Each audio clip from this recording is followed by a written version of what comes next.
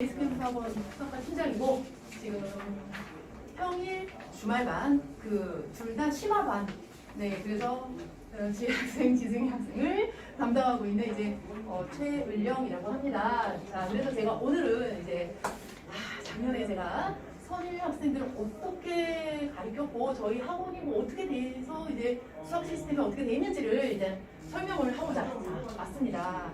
그래서 이제 선일이 됐다고 하니까 이제 가장 처음에 딱 궁금하신 게 이제 어떻게 해서 어렵지 않아요? 많이 그렇게 걱정들 하시는데 한마디로 딱 얘기하면 선일은 쉬운 거는 쉬운데 어려운 건 어렵다. 변별력이 크다. 다 어렵진 않다라는 거예요. 그래서 그 비중이 어떻게 돼 있는지를 한번 말씀을 드려볼게요.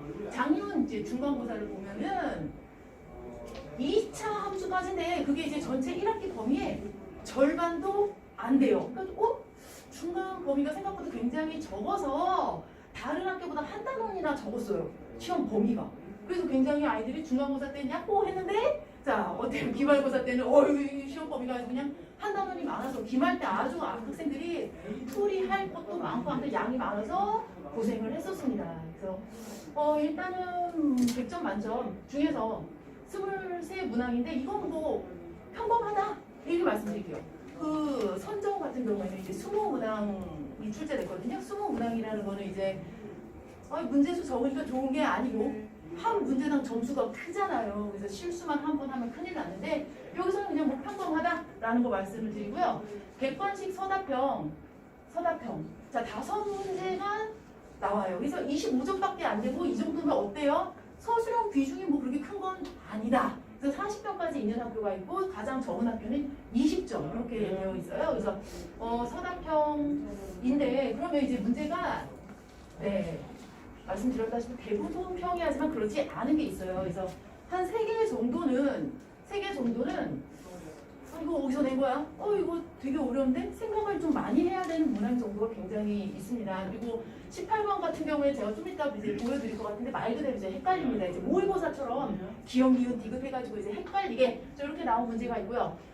작년에 이제 킬러 문제라고 해서 이제 서술형 5번 문제 같은 경우가 있었는데요. 그거는 이제 그래프도 그리면 또 시간이 많이 걸리고 하는 그런 점이 있었던 것 같아요. 그래서 시간이 많이 걸려서 어려웠다라는 겁니다. 그래서 마지막 문제를 진짜 중하위권 같은 경우에는 거기까지 가는 것도 힘이 들어요. 일단은 이게 객관식 끝에 보통 어려운 문제가 어디냐? 앞에는 굉장히 수월해요. 그냥 보통 교과서 그리고 선일 하면은 뭐니 해도 그냥 수년간 써왔던 부교재가 있거든요. 그거 아시죠? 어떤 거 쓰는지 하면은 아이들이 항상 그 손에 끼고 죽어라 반복 틀린 거 또 반복 제가 테스트로 또 반복 시켜도 거기서 변형되고 하는 거 있거든요. 그래서 올림포스 같은 거 풀어봐야지만 또 근데 그 정도도 아니에요. 그건 기본이에요.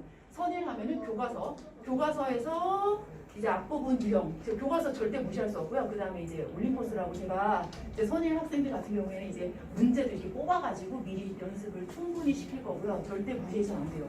그리고 2학년 같은 경우에 또 추가가 돼요. 주관하죠. 학습 양이 어마어마해요. 그래서 이제 자이스토리 이런 것까지 해서 학습 양이 굉장히 많습니다. 대부분 평이하지만 딱 3개 정도를 빼고라고 말씀을 드릴게요. 그래서 이제 문제를 보면요. 얘는 그렇게 어려운 문제 유형이 아니었어요.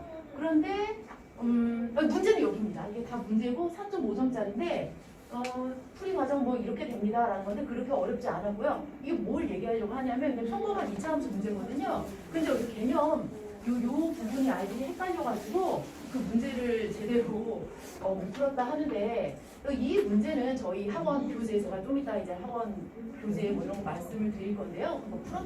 풀어봤던 학생들은 그렇게 어렵지 않게 이건 어려운 문제가 아니라 교과서에는 없지만 올림포스 같은 거 이제 또는 학원 교재 같은 거 풀어보면 풀 수 있는 그런 유형 그런 겁니다. 이게 어려웠대요. 왜 어렵냐 했더니 일단 여기까지가 문제거든요. 여기까지 문제고 객관식 마지막이고 보통 선택 문제 이렇게 딱 나온 걸 보면은 앞부분은 되게 쉬워요. 근데 쉽다고 해서 자만하면 안 돼요. 거기서 실수하면 타격이 커요. 왜냐하면 마지막 가면 어차피 읽느라고 한참 시간이 걸릴 거거든요. 그래서 저는 이제 딱 1등급을 목표로 하지 않은 중상위권 학생들한테는 자, 실수하지 않은 연습이 더 중요하다고 그렇게 강조를 해요. 그래서 일단 이거 같은 경우에는 문제 유형이 점수 비중도 5.1점 굉장히 높고 이제 읽어야 되고 옳은 거를 찾아야 되고 차라리 풀어라 라는 문제보다 더 어렵게 헷갈린다라는 거죠. 헷갈리게 나왔던 유형이 이런 거예요. 그래서 지금 제가 여기 실어놓은 문제들은 어디서 그 교과서 수준, 부교재 수준 아닌 그 밖에 좀 어려웠던 모의고사 유형입니다. 네, 그렇게 하나 보고요. 그 다음에 요거는 서술형 4번인데 어렵지 않은 거예요. 이거 거의 다 올림푸스 수준? 이거 문제 딱 2줄이에요. 근데 이거를 서술형 채점을 굉장히 이제 까다롭게 채점을 한다. 그 말씀을 드리려고 하는 거죠.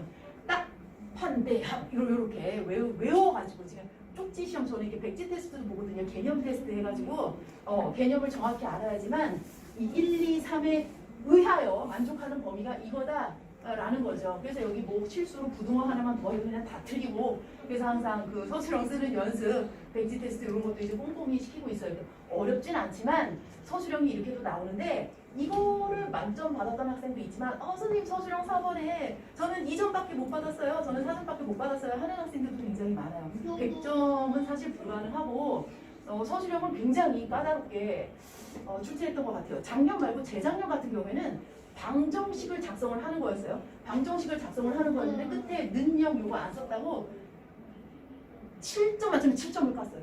네, 이렇게 깠어요. 네, 그때는 왜 깠는지 제가 이해를 할 것 같아요. 올해 말고 작년에는 너무 쉽게 나온 거예요. 충격적으로 중간고사가 너무 쉬워가지고 100점이 30명이었어요. 100점이 30. 아니 이게 무슨 선일초도 아니고 100점이 작년 말고 재작년이요? 그래가지고 학생들이 어땠냐면은 94점 나온 애가 100점도 2등급 100점도 2등급인 거잖아요. 그리고 94가 3등 뭐 이렇게 나왔던 적이 있어요. 그래서 선생님들이 기말고사에는 이를 갈고 확 어려워서 평균적으로 50점이 다 떨어진 거죠. 50점이 다 떨어지고 30점밖에 안 떨어진 애가 성공 뭐 이런 식으로 했던 거가 2년 전이고요. 근데 작년에는 좀 이게 그래도 작년 말씀드리는 거예요. 재작년에 그렇게 대실패를 하시고 이번에는 이제 잘 내셨더라고요. 쉬운 건 쉽게, 어려운 건 어렵게 이렇게 잘 내신 것 같아요. 그래서 이게 그리고 이게 제일 어려웠던 거죠. 아니 지금 이게 단 3줄밖에 안 되는데 이거를 일단 그리지 않고 손은 절대 문제를 건드릴 수 없는 그런 유형이고요. 계산 자체도 복잡하고 일단 제일 점수 비중이 높습니다. 그리고 그래프만 그려도 부분 점수를 받았다. 그러니까 저는 이렇게 얘기하죠. 100점 없으니까 서술형에서 아는 거 뭐 하지 않고 뭐라도 몇 줄 쓰면 1등급이 나와.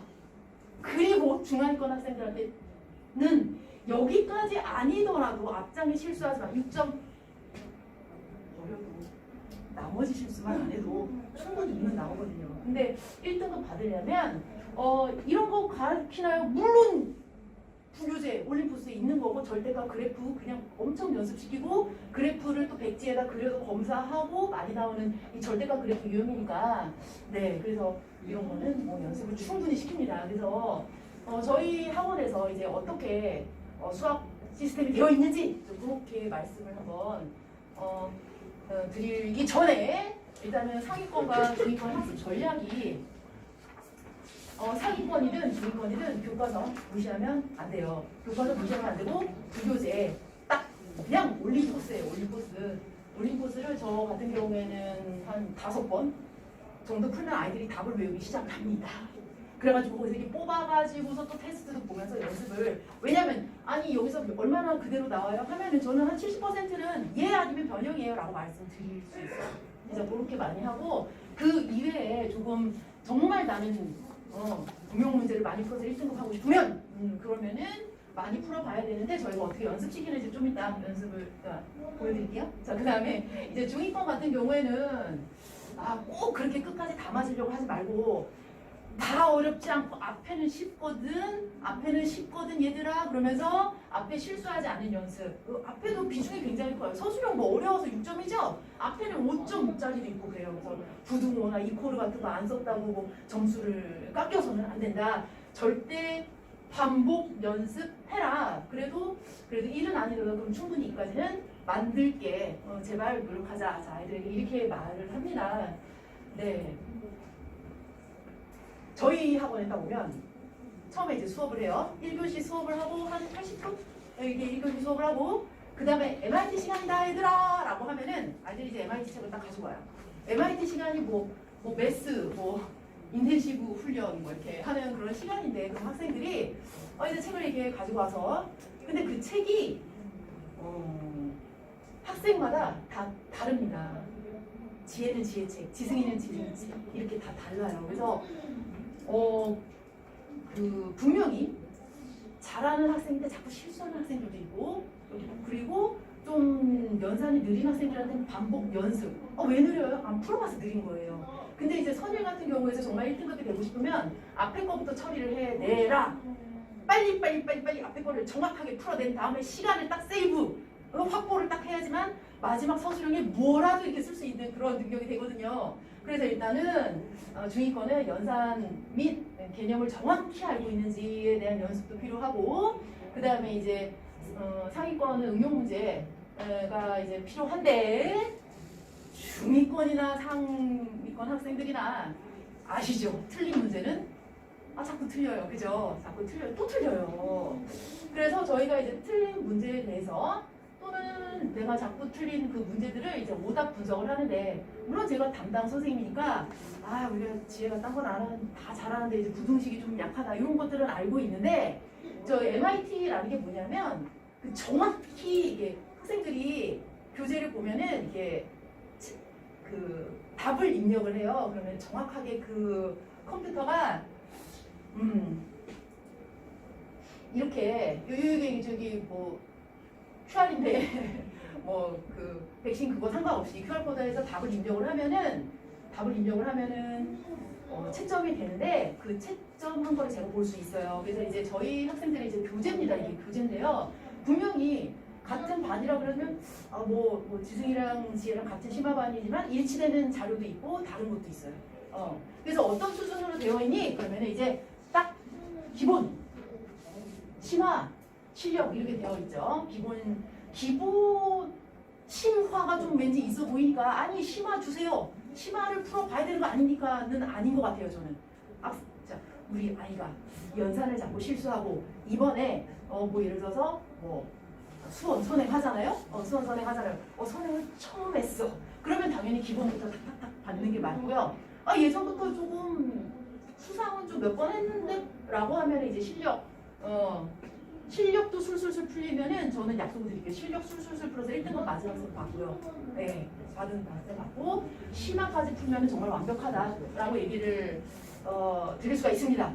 그리고 이쪽에서는 뭐냐면 이제 평상시에는 학생들이 요 교재를 다 가지고 있어요. 근데 이제 모든 학생들이 똑같은 교재가 아니라 제가 학생들 다 편집 수준 또는 이렇게 진도 이런 거에 대해서 다 다르게 이제 학생들이 가지고 있고요. 그 다음에 이제 이건 뭐냐면 이제 이건 아직 우리 아이들은 아직 안 한 건데 이제 실전 대비 때는 또 실전 대비 책이 또 따로 있고 그 실전 대비도 또 이렇게 실력 이게 잘 안 보이네요. 심화 또 따로 있고요. 이거는 수능 기출 또 어려운 문제가 그 모의고사 유형을 많이 변형한 것들이 있기 때문에 이런 거 이제 풀어보는 이렇게 돼 있습니다. 그래서 이제 학생들 이름이 다 다르잖아요. 그래서 모든 학생들이 같은 MIT 시간에도 다른 교재를 가지고 있다. 일단 교재적인 면은 이런 거고요. 처음에 수업을 하고 MIT 시간에 주로 이 문제를 푸는데 풀이 시간 아니에요. 대부분 학생들이 MIT에는 풀어야지 그러고 정말 자습이라고 생각을 하면 제가 막 잔소리하면서 수업이 끝나고 마지막 시간에 또 제가 들어가서 또 마지막 개념 및 응용 문제를 하거든요. 지혜야 오늘 몇 개 질문했어? 제가 이렇게 물어봐요. 그러면 3개요, 4개요 이런 식으로 꼭 숙제를 해서 QR을 입력하면 그 채점 결과는 제가 보게 되는 거고 모르는 거 별표 차오라고 항상 수업이 끝나면 장문의 카톡을 보내면서 문자를 보내면서 모르는 거 별표 쳐오세요 라고 하고요. MIT 시간이 중간에 끼어 있어요. 절대 다습이 아니라 그 로테이션으로 이렇게 너 다음에 이제 질문 받는 시간이거든요. 그래서 질문 뭐 하지? 이제 와서 찾는 건 아니잖아요. 미리 집에서 풀어와서 이거 아무리 풀어도 다 모르는데 이런 거 이게 체크를 해와가지고 MIT 시간에 질문을 착착착착 하는 그런 시간인데요. 또 제가 이제 걱정이 되는 거는 또 질문을 잘하는 무슨 질문이요 하는 아이들이 있고 또 소심해가지고 또 나만 모르는 거 아니야 이거 질문을 못하는 학생들이 있어요. 그래서 그런 학생들을 제가 이제 또 정말 상처받지 않게 나만 모르나 괜히 질문 못하는 애들이 있어요. 그래서 그런 학생들한테 이제 잘 질문하게끔 제가 되게 친절하게 진짜 질문을 받으려고 많이 노력을 합니다. 네.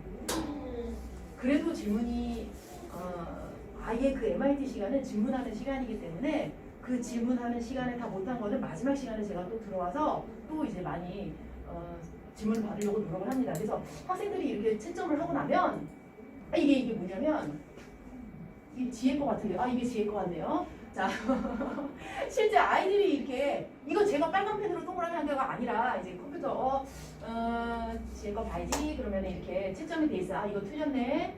이거 틀린 거는 학생들이 채점을 해서 MIT 시간에 질문을 하는 거고요.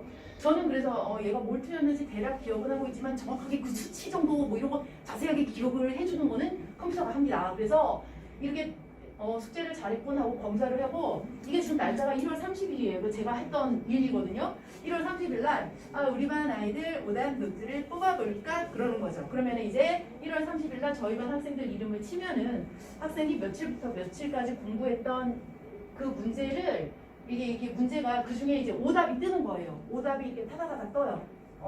자료를 또 챙겨줘야 되잖아요. 일단 진도를 나갔어. 숙제를 했어. 그게 끝이 아니라는 거죠. 그게 끝이 아니라 내가 그동안 뭘 틀렸지? 이런 게 또 이제 다 다르잖아요.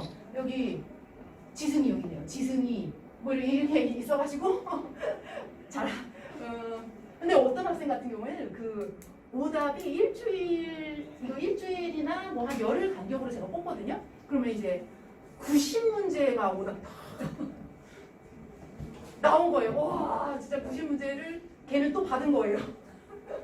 그러면서 또 시작을 하는 거죠. 근데 어떤 학생 같은 경우 그게 나쁜 게 아니에요. 어떤 학생은 오답을 짠 줬는데 5문제인 거예요. 그러면은 난 오답이 없고 잘했나? 아니거든요. 아니에요. 그 뭐예요? 숙제를 버렸구나. 숙제를 그렇게 그래서 딱 이제 뒷조사를 하는 거죠. 체크하시고. 자, 그러면은 다 못한 부분이 있거나 뭐 그런 거예요. 다 못해가지고 그런 거죠. 그래서 이제 이 오답 노트는 학생들 약점을 나는 알고 있지만 컴퓨터는 좀 더 자세하게 기억을 하고 있다. 그래서 그렇게 만들어주고 있습니다. 그래서 그래도 이렇게 좀 하려고 하고 있는데 네, 그래서 이제 오답 노트거든요. 저희 반 학생들. 지혜. 지혜 여기 있네요.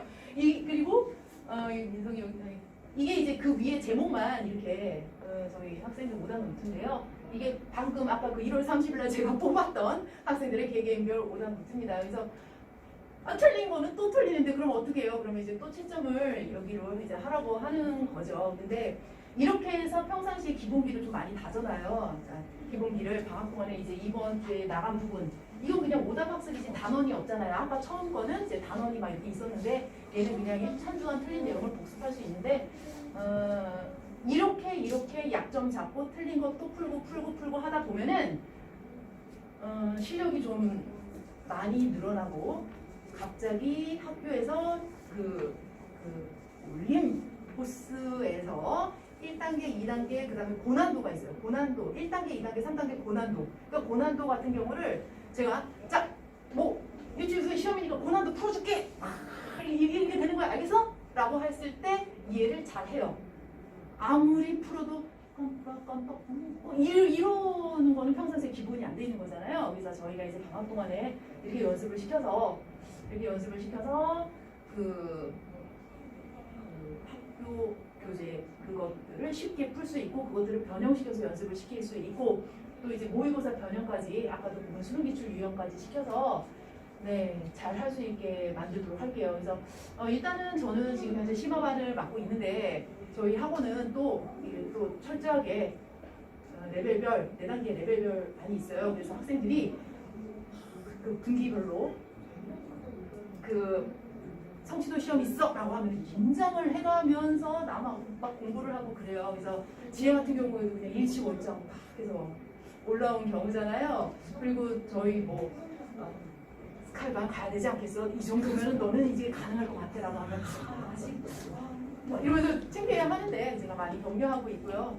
그 중요한 건 뭐 높은 반이라고 좋은 건 아니고 낮은 반이라고 나쁜 거 아니에요. 최고의 반은 자기한테 맞는 반이고 저희는 다 준비되어 있으니까 네 일단 믿고 맡겨주시면 감사하겠습니다. 일단 여기까지 하도록 하겠습니다. 네 감사합니다. 네 감사합니다. 질문. 네. 네. 선생님 그 심화반 하시잖아요. 네. 심화반 정도 수준이면은 1, 2등급까지 준비가 되나요? 그럼요.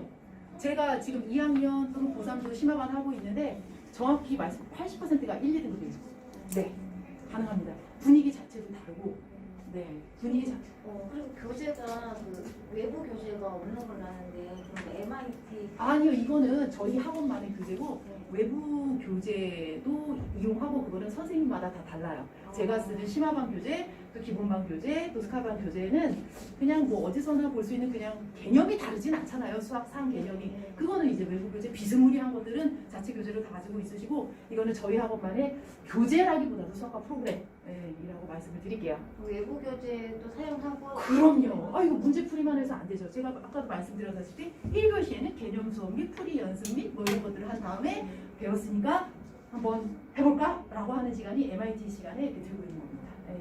그럼 죄송한데 그 외부 교재는 어떤 거지? 그것도 외부 교재 같은 경우도 스카이반 교재와 스카이반에서 쓰는 교재와 또는 기본반에서 쓰는 교재인데 기본반에서는 보통 수준 말씀드리고 흔히 얘기하는 개념 원리 같은 거 그런 거 쓰고 있고요. 심화반 기준? 심화반은 뭐 그냥 모의고사다.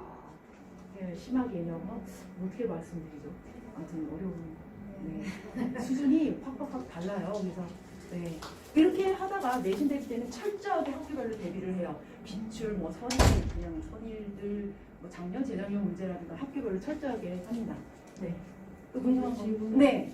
그 아까 MIT 교재 그 쓰신다고 하셨잖아요. 네. 근데 그게 개인별 교재다 보니까 문제 문항도 다 다를 거고 네.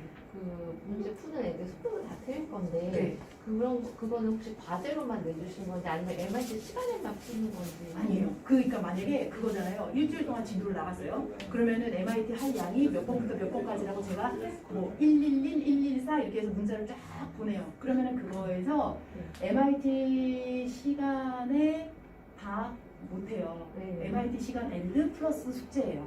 이게 다 못해요. 그래서 숙제를 해서 별표를 쳐와요. 그럼 문항은 다 똑같나요? 문항 수? 아니요, 달라요. 문항 수도 그럼 근데 개개인별로 다 개개인별로 별로 달라요. 과제를 내주시는 그렇죠. 거예요? 다 달라요. 모든 학생이 심화반이라고 해서 1번부터 20번까지 풀어 오세요는 아니에요.